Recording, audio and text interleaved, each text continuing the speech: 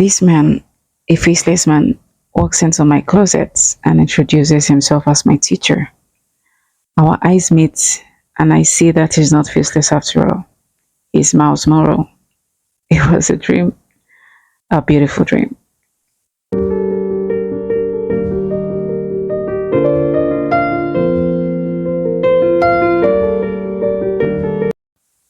I had this beautiful encounter with Myles Munroe walking into a classroom and introducing himself as my teacher, and it was a mind-blowing experience for me.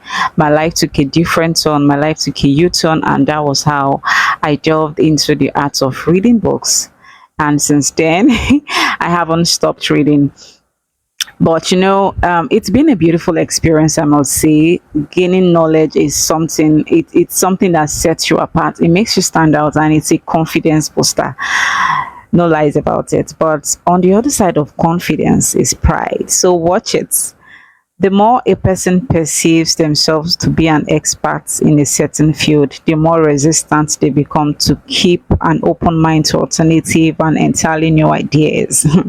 Let's just say that knowledge can be a cage if you decide to make yourself a prisoner. So I was reading a book by Bill Johnson titled Host in the Presence when I suddenly began to feel drowsy. The last sentence before I went off to sleep was, "To grow in this kingdom, you must remain novices, because what we know can keep us from what we need to know." I'll say that again.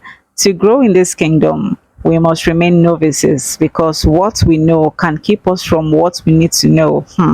I underlined this punchline and said a prayer. I told God I had repented from thinking I knew too much and that I was making a decision to remain a novice.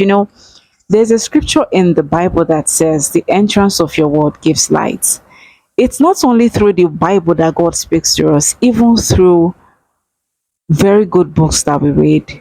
Knowledge, insight comes from these books, and this is why, as a believer, you just can't go reading random books you see around and call yourself a reader. It doesn't work that way. So I don't want to get lost in transit. So I took a nap and I had a dream. In that dream, I saw myself in a classroom. A teacher entered this classroom. A teacher entered into this classroom and requested a particular book. I was dazed in this dream because, firstly, I did not know that this particular teacher was one of the other teachers in the dream.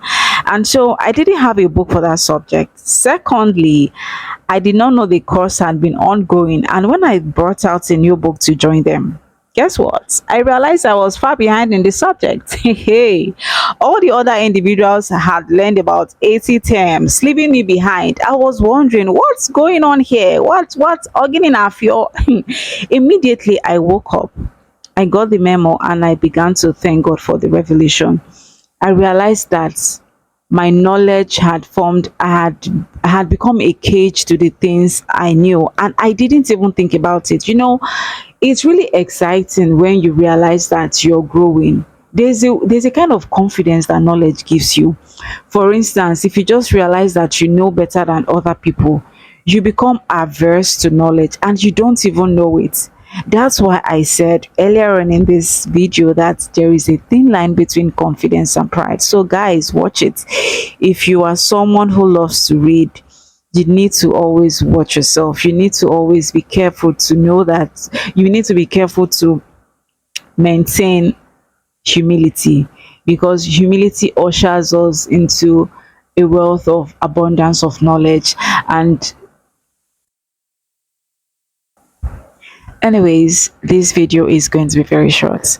No matter how many books I read or the degrees I acquire, I will remain a novice.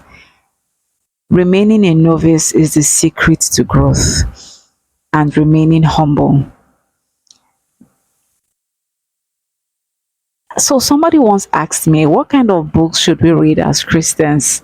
Should we just read random novels?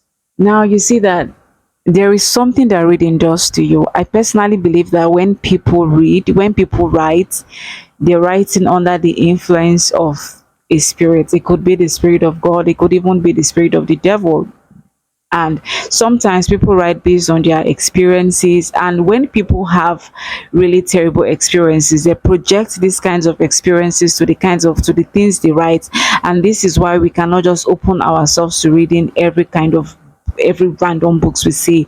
There are books that are spirit filled. I love authors like Bill Johnson, Myles Munroe, Mike Bickle, David Cho, a host of them. There are many of them. When you go to the bookstore, you see many books that have been written by renowned preachers, renowned men of God.